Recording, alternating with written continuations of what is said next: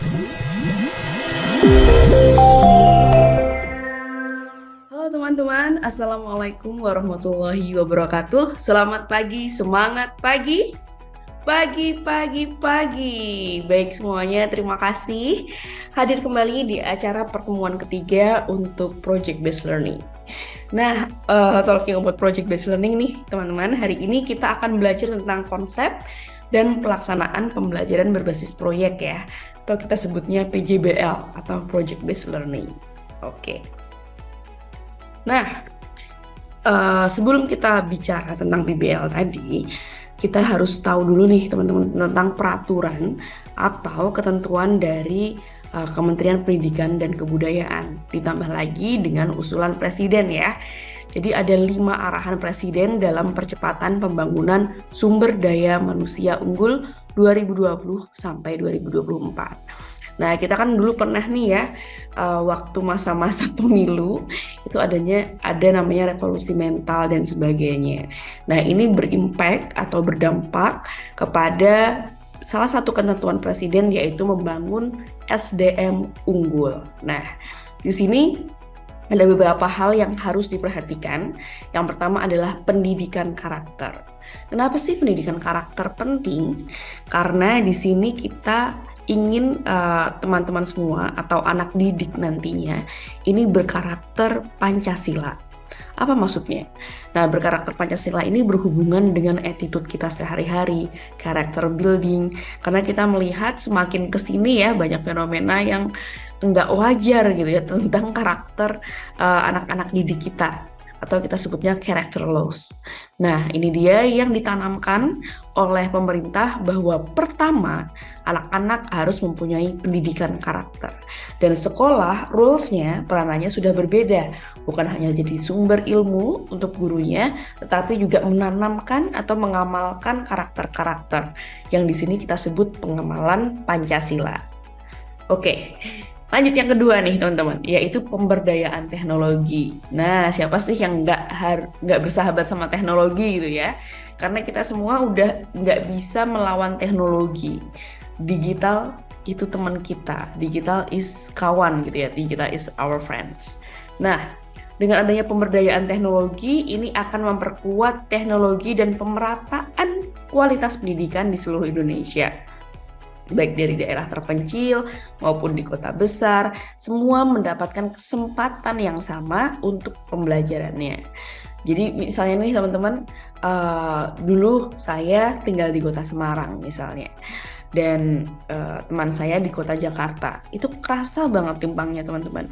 Nggak semua informasi saya itu dapat. Misalnya tentang beasiswa ke luar negeri, itu saya benar-benar harus ke Jakarta dulu, harus ngelilingin duta besar manapun. Ini zaman saya dulu ya, zaman 2010 gitu. Kita benar-benar nyari beasiswa ke duta besar, ke Jalan Kuningan, kita keliling saya sama ibu saya. Karena nggak ada informasi yang cukup yang kita dapatkan gitu. Nah sekarang nih, zaman 2023, kita nggak perlu datang ke kedubes masing-masing, tapi sudah ada informasi yang justru masuk ke kita. Kita nggak mencari, tapi kita terpapar informasi.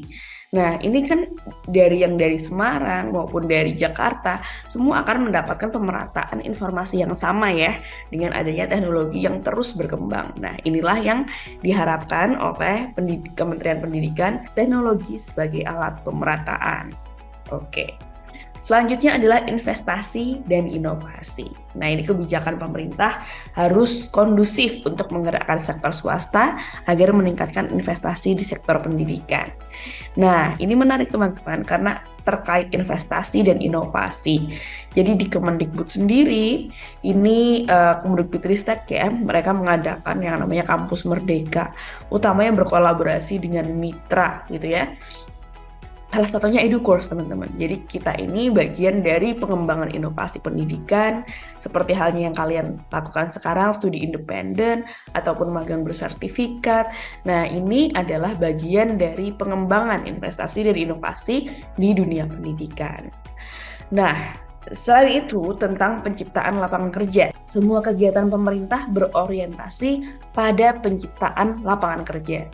Utamakan pendekatan pendidikan dan pelatihan vokasi dan yang baru dan sifatnya inovatif. Sekarang kalau kalian pernah dengar di vokasi, di SMK, di Politeknik gitu ya, ini sedang menggerakkan namanya Teaching Factory. Jadi Teaching Factory ini adalah bagian dari penciptaan lapangan kerja. Kita nggak menemukan industri hanya ada di ketika kita mau bekerja, tapi justru kita menemukan industri ketika kita belajar di sekolah. Ini yang disebut dengan Teaching Factory. Kenapa? Karena kita ini sudah mempunyai bonus demografi yang begitu besar. Nah, bonus demografi ini harus kita manfaatkan sebaik-baiknya.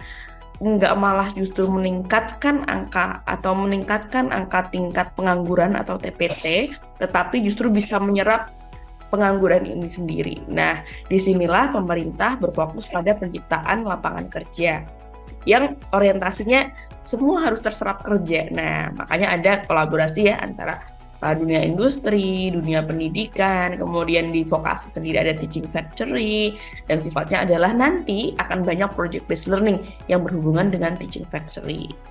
Nah, terakhir adalah deregulasi dan debirokratisasi. Tuh, apa nih? Susah banget termnya, tapi ini justru sangat memudahkan kita. Kalau dulu kita ini harus kalau punya usulan ya, itu panjang banget. Kalau Kemendikbud bisa sampai 6 bulan, bisa sampai setahun gitu kan. Usulannya kapan, DPUF-nya kapan gitu kan. Nah, ini dia yang sedang direvolusi gitu ya, tentang revolusi birokrasi. Jadi dipermudah segalanya teman-teman, diperpendek gitu sistem birokrasinya. Jadi potong semua regulasi yang menghambat terobosan dan peningkatan investasi. Sama halnya kayak ketika banyak education teknologi atau startup luar negeri ke Indonesia atau menanamkan modal di Indonesia, mereka ini cukup sehari dan sudah jadi izinnya. Kalau dulu mungkin bisa 6 bulan, 7 bulan mereka harus ke DPM TSP, kemudian ke Kemendikbud, kemudian dapat izin operasional gitu yang memakan waktu banyak banget lamanya. Tapi sekarang ada one stop service khususnya untuk PMDA ataupun PMDN yang membuat izin itu hanya dengan waktu 1 hari, terutama dibantu juga oleh BKPM. Jadi menarik nih teman-teman bahwa ada 5 arahan Presiden dalam percepatan pembangunan sumber daya manusia unggul 2020 sampai 2024. Dan ini, kelima ini adalah sifatnya mendukung project based learning. Karena dengan adanya ketentuan atau peraturan Presiden ini, kita tahu, oh ternyata penciptakan lapangan ini tepatnya dengan metode apa? Metode PBL contohnya. Terus pemberdayaan teknologi tepatnya dengan teknologi apa? Dengan PBL lagi. Begitupun juga dengan pendidikan karakter. Kalau kita hanya dengar teori, tanpa praktek, pasti karakternya pun juga tidak akan sekualitas kita ketika praktek kan teman-teman. Oke, selanjutnya adalah rencana pemerintah jangka menengah nasional. Kalau tadi jangka panjang, nah sekarang jangka menengah atau disebutkan RPJMN. Jadi memberikan penjelasan lebih lanjut tentang 5 arahan utama Presiden sebagai strategi dalam pelaksanaan misi Nawacita, termasuk diantaranya arahan tentang pembangunan SDM. Sebenarnya apa sih ini yang diinginkan? Jadi membangun SDM pekerja keras yang dinamis, produktif, terampil, menguasai ilmu pengetahuan, teknologi, didukung dengan kerjasama industri dan talenta global. Jadi sebenarnya yang diharapkan oleh pemerintah adalah kerja. Nah, kerja ini disebut sebagai kata pekerja keras yang produktif, terampil, menguasai ilmu, bahkan didukung oleh teknologi yang siap untuk kita bersaing di masyarakat ekonomi ASEAN.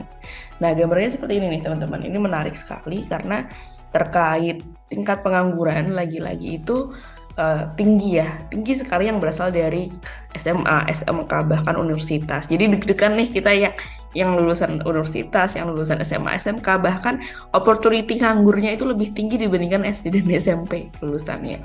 Kenapa? Karena kalau misalnya sifatnya rutin, maaf misalnya di pabrik atau maaf misalnya di dunia pekerja yang mungkin unskilled worker atau di bagian bawah itu lapisan bawah, mereka sudah pasti ngambil SD SMP aja yang costnya lebih murah. Tetapi ketika di atas ketika pekerjaannya ada di yang atas gitu ya, yang dibutuhkan untuk decision maker, higher order thinking skill, talent kita nggak siap teman-teman. Inilah yang membuat tingkat pengangguran semakin tinggi gitu ya.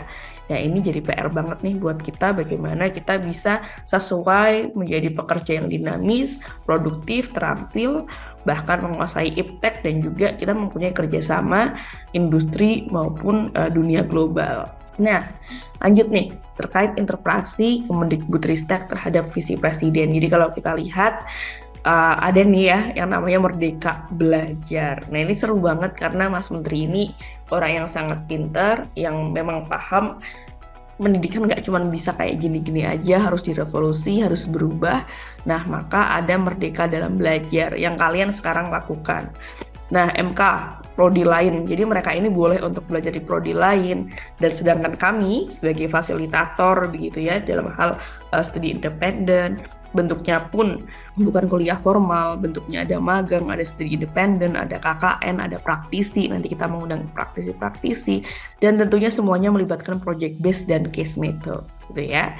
Nah, ini menarik karena inilah yang akan digerakkan, inilah yang akan menjadi cikal bakal ya teman-teman untuk kita bisa menyesuaikan dengan visi dan misi dari Kemendikbudristek. Oke. Nah, ini adalah gambaran dari alur pengembangan kurikulum. Kalau kalian lihat nih, SN Dikti ya, dari Permendikbud nomor 3 tahun 2020, ada penelitian, ada pendidikan, ada PKM. Nah, ini semuanya berhubungan semua dengan IKU, ataupun indikator kinerja utama, teman-teman. Jadi semua ini yang diimplementasikan oleh kurikulum Merdeka Belajar atau Kampus Merdeka, ini yang akan membantu kita untuk mencapai visi misi tadi. Contohnya apa? Ada peraturan dari vokasi khususnya yaitu terkait PBL. Begitupun juga dengan peraturan pemerintah tadi ya yang menganjurkan bukan hanya vokasi tapi juga formal sebagai memperbanyak pendidikan berbasiskan PBL. Oke, nah sekarang kita udah tahu ya tadi tentang peraturan pemerintah bahwa pemerintah sudah mendukung PBL. Pemerintah pun sebenarnya juga sudah mengarah ke arah STEM gitu ya. Jadi PBL ini adalah bagian dari STEM, teman-teman. Lalu yang akan ditanyakan adalah apa sih relevansi ya antara STEM dan juga PBL. Nah, tentang STEM kemarin ya kita sudah menyaksikan, kita sudah nonton nih videonya, bahkan ada live learning terkait STEM dan hubungannya dengan PBL. Kalau STEM itu sifatnya practical knowledge, mereka bukan hanya teori tapi sifatnya praktek. Bisa sebut problem based learning, bisa dengan menggunakan project based learning. Nah, sifat metode STEM ini maka diturunkan, salah satunya penurunannya adalah PBL. Nah, di sini nanti kita akan belajar tentang konsep pembelajaran berbasis proyek, pelaksanaan PBL, kemudian entitas dan ekosistem, dan nanti di bab 456 di sesi selanjutnya kita akan berbicara tentang perangkat pembelajaran, penjaminan mutu, dan juga kita akan summary lagi terkait PBL ini sendiri. Oke, kita masuk ke konsep PBL ya teman-teman. Jadi PBL ini adalah keputusan dari Menteri Pendidikan nomor 3 tahun 2021. Jadi ini cukup baru dan presentasi PBL ini akan juga dimasukkan ke bagian mata kuliah kalian secara umum ataupun fokus pada 3 semester terakhir yaitu pemagangan, studi independen ataupun kalian exchange dan lainnya. Nah, kriteria metode pembelajaran ini harus menggunakan salah satu kombinasi dari metode pembelajaran pemecahan kasus atau case method atau team based project. Nah, ini adalah gambaran yang ternyata sudah dicantumkan di IKU nomor 7. Jadi, IKU ini adalah indikator kinerja utama. Sebenarnya apa dan kenapa PBL? Jadi, kenapa PBL adalah karena sekarang kita dihadapkan oleh abad 21, keterampilan abad 21 yang semakin kita butuh yang namanya skill kompetensi ya. Nah, skill kompetensinya ada apa? Yang pertama adalah 4C. Nah, 4C ini adalah 4C STEM banget ya. Jadi STEM ini memang mendeklar bahwa mereka berkaitan sekali dengan dengan keterampilan abad 21. Ada yang pertama critical thinking, kedua communication, ketiga collaboration, dan creativity tentunya. Nah, selain dari learning and innovation skill 4C yang ada di STEM itu sendiri, maka ada yang namanya life and career skill. Nah, ini juga dibutuhkan banget teman-teman tentang life skill, tentang career skills, tentang gimana sih kita menghadapi interviewer, gimana kita bisa bertahan hidup merantau gitu ya. Ini bagian dari yang harus kita siapkan di abad 21. Kenapa gitu? Karena di abad 21 ini kita diminta untuk bersaing secara global. Jadi kalau saya tadi sebut perantauan, ya memang kita harus sebisa mungkin kalau kondisi mendukung gitu ya, maka kita harus merantau untuk melihat dan kita harus bersaing di dunia global. That's why life and career skill is important ya. Nah, selanjutnya adalah core subject 21st century themes. Ada 3R kita sebutnya, kemudian and then the last one is information media and technology skill. Ke semua skill ini akan ada yang namanya assessment-nya, ada standard and assessment, curriculum and instruction, professional development, dan learning environment. Jadi inilah yang akan kita bahas selama 30 menit ke depan. Alright. Sekarang keterampilan abad 21. Tadi kita udah tahu 4C ya teman-teman, ada berpikir kritis, kreativitas, kolaborasi, komunikasi. Nah, sekarang tentang literacy skill dan life skill. Pemerintah itu sering sekali mengadakan webinar bersama dengan Kominfo, Kemenaker, bahkan dengan banyak kementerian lainnya, yaitu untuk mendukung yang namanya literasi ya. Literasi ini adalah penguatan terkait literasi itu sendiri. Nah, jenis-jenis literasi tentunya ada banyak teman-teman. Ada literasi finansial gitu ya, ada literasi informasi, ada literasi media, ada literasi teknologi. Dan yang kita kuatkan saat ini adalah literasi skill berhubungan dengan IT.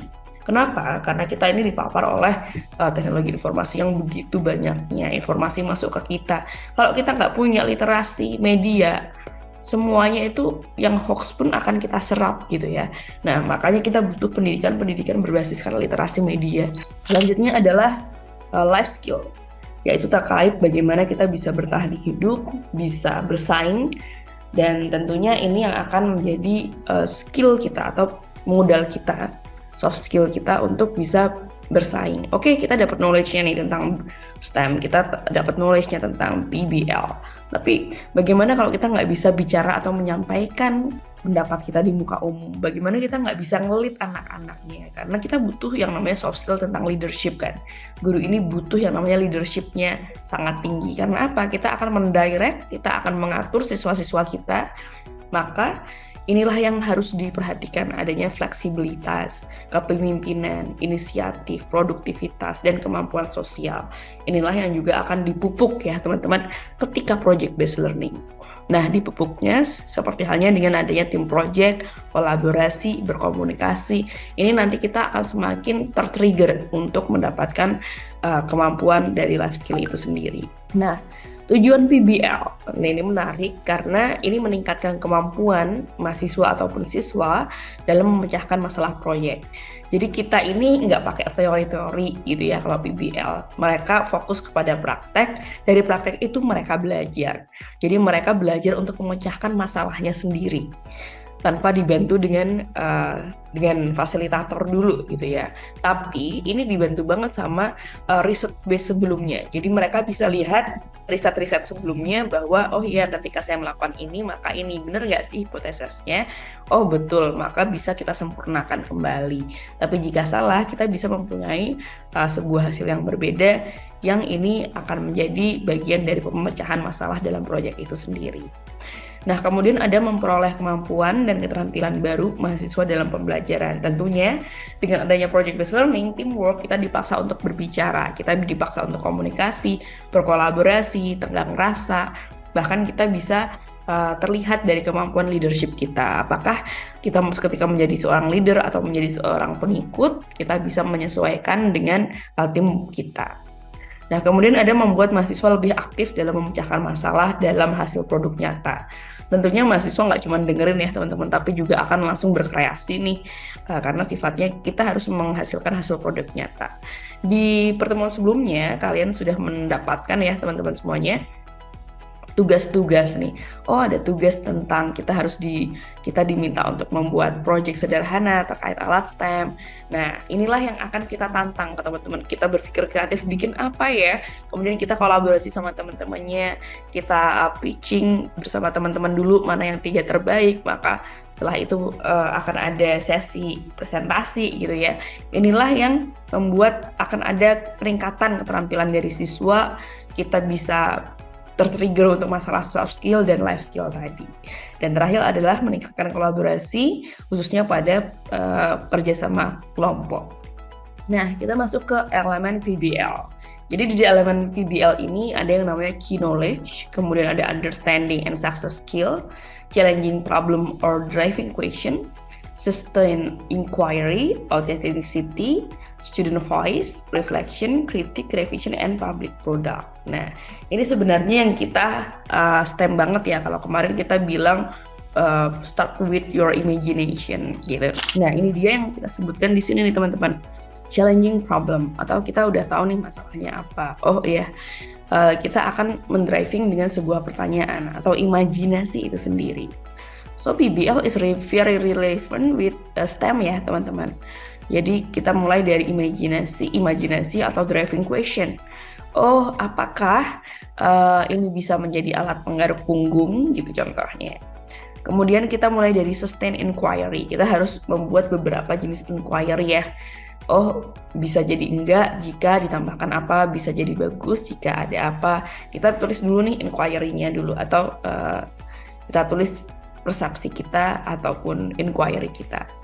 Kemudian harus otentik ya, atau sifatnya asli. Ini benar-benar dari lahir dari ide kita. Kita boleh kok melihat atau kita boleh mendapatkan inspirasi dari YouTube boleh, tapi please be origin atau please be authentic gitu ya.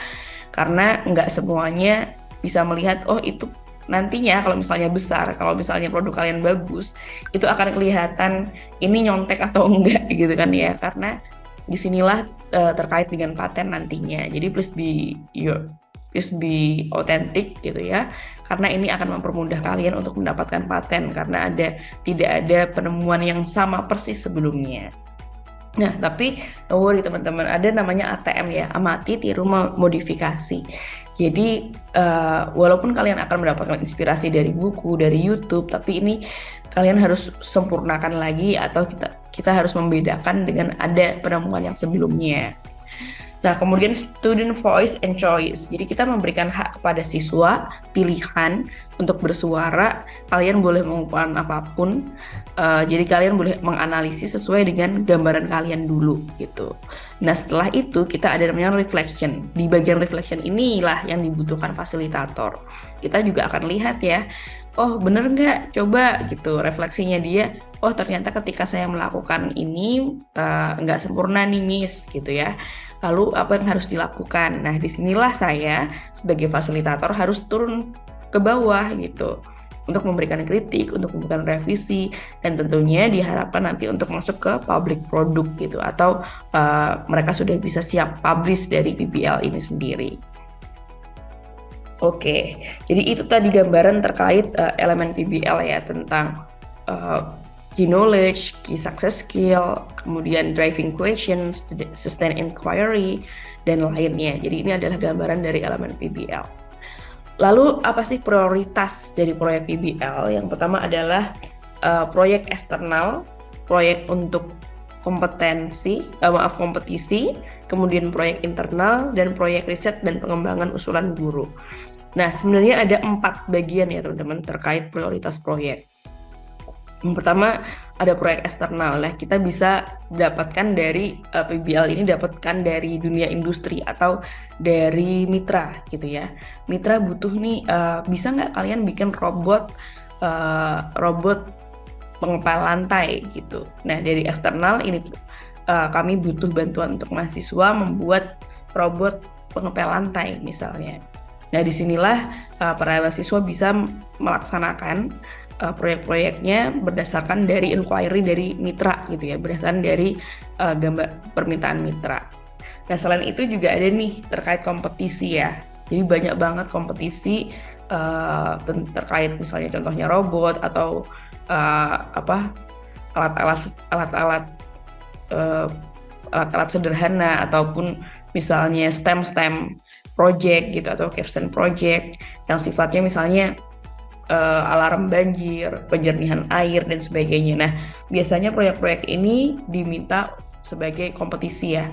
Jadi ketika ada kompetisi baru kita melaksanakan project based learning ini gitu. Nah, ketiga adalah proyek internal. Ini biasanya yang terjadi di kampus-kampus kalian, teman-teman. Misalnya nih, dari Universitas Negeri Semarang ataupun UPI, dosennya lagi butuh modul-modul pembelajaran berbasiskan STEM gitu ya. Maka mahasiswa diminta untuk membuat modul-modulnya gitu. Ini adalah bagian dari proyek internal. Begitupun dengan keempat ini, proyek riset dan pengembangan usulan guru. Jadi seperti istilahnya di sini namanya kedai reka ya. Jadi kolaborasi antara guru, mahasiswa dan industri. Dan ide-idenya pun berasal dari guru ini sendiri atau dosen ini sendiri gitu. Nah, ini adalah gambaran dari prioritas proyek PBL. Oke, kita sekarang masuk ke bab kedua, yaitu pelaksanaan PBL sendiri. Jadi kalau kita lihat, pertama kita berdasarkan dari dunia nyata atau masalah-masalah nyata, kemudian diberikan ke siswa ada pilihan untuk siswa melaksanakan proyeknya, dan terakhir adalah tujuannya. Nah, ini adalah karakter PBL. Jadi yang tadi kita jelaskan sepanjang jalan, itu secara simple gitu ya.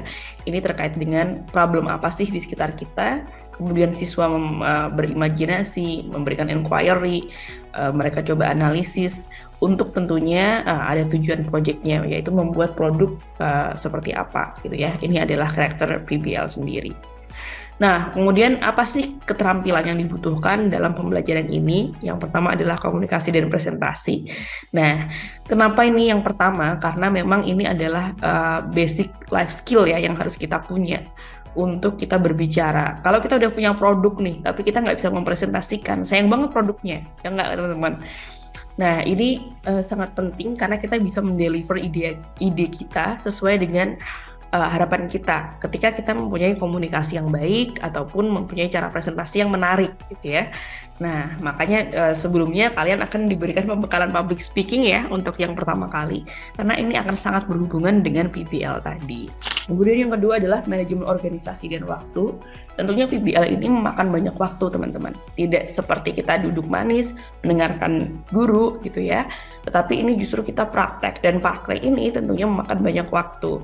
Inilah yang harus kita siapkan, manajemen waktu maupun manajemen organisasi. Bagaimana kita bisa ngelit, oh ya semua teman-teman bisa kumpul nih jam sekian, bisa rapat nih jam sekian, kemudian bisa terorganisir dengan baik, rapatnya efektif dan lain sebagainya. Nah, selanjutnya adalah penelitian dan penyelidikan, ada penilaian dan refleksi, ini yang hampir terakhir tadi ya. Kemudian ada partisipasi kelompok dan kepemimpinan, dan tentunya adalah pemikiran kritis. Jadi ini adalah keterampilan yang dibutuhkan dalam PBL.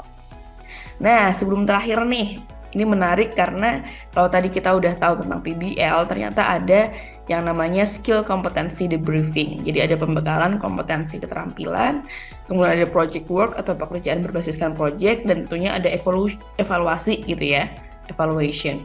Nah, disinilah kita lihat kalau misalnya nih di skill kompetensi ini roles-nya guru tuh apa sebenarnya ketika PBL?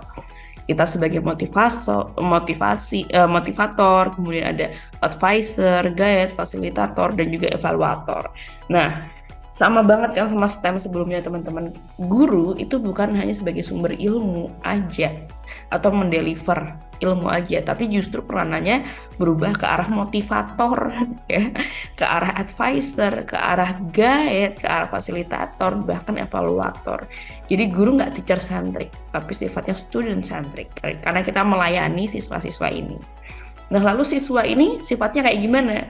Student center gitu ya, student centric, atau mereka ini bisa belajar dari manapun, YouTube boleh, riset paper boleh, lewat buku boleh, lewat temennya juga boleh, pengalaman pun juga boleh gitu ya. Jadi siswa yang memang harus aktif. Dan learning resource-nya yang tadi saya sebutkan multidimensi. Jadi kita kamu berdasarkan buku ini ya, nggak cuma itu, tapi mereka boleh explore anything. Student has choice, student has voice. Oke, nah Jadi itu adalah gambaran terkait elemen dan juga 7 stage of PBL, dan ini adalah tahap-tahap pelaksanaan PBL yang terus kita mention berkali-kali sampai kita hafal banget terkait kita coba dari pertanyaan tadi, membuat proyek, membuat jadwal, pemantauan, penilaian, bahkan terus mengevaluasi. So to be honest, ini adalah patokan dari Kemendikbudristek terkait dengan PBL. Nah, udah sampai ngelotok ya dari tadi kita ngomongin PBL, dan masih ada bab 3 dan 4 dan seterusnya terkait PBL sendiri.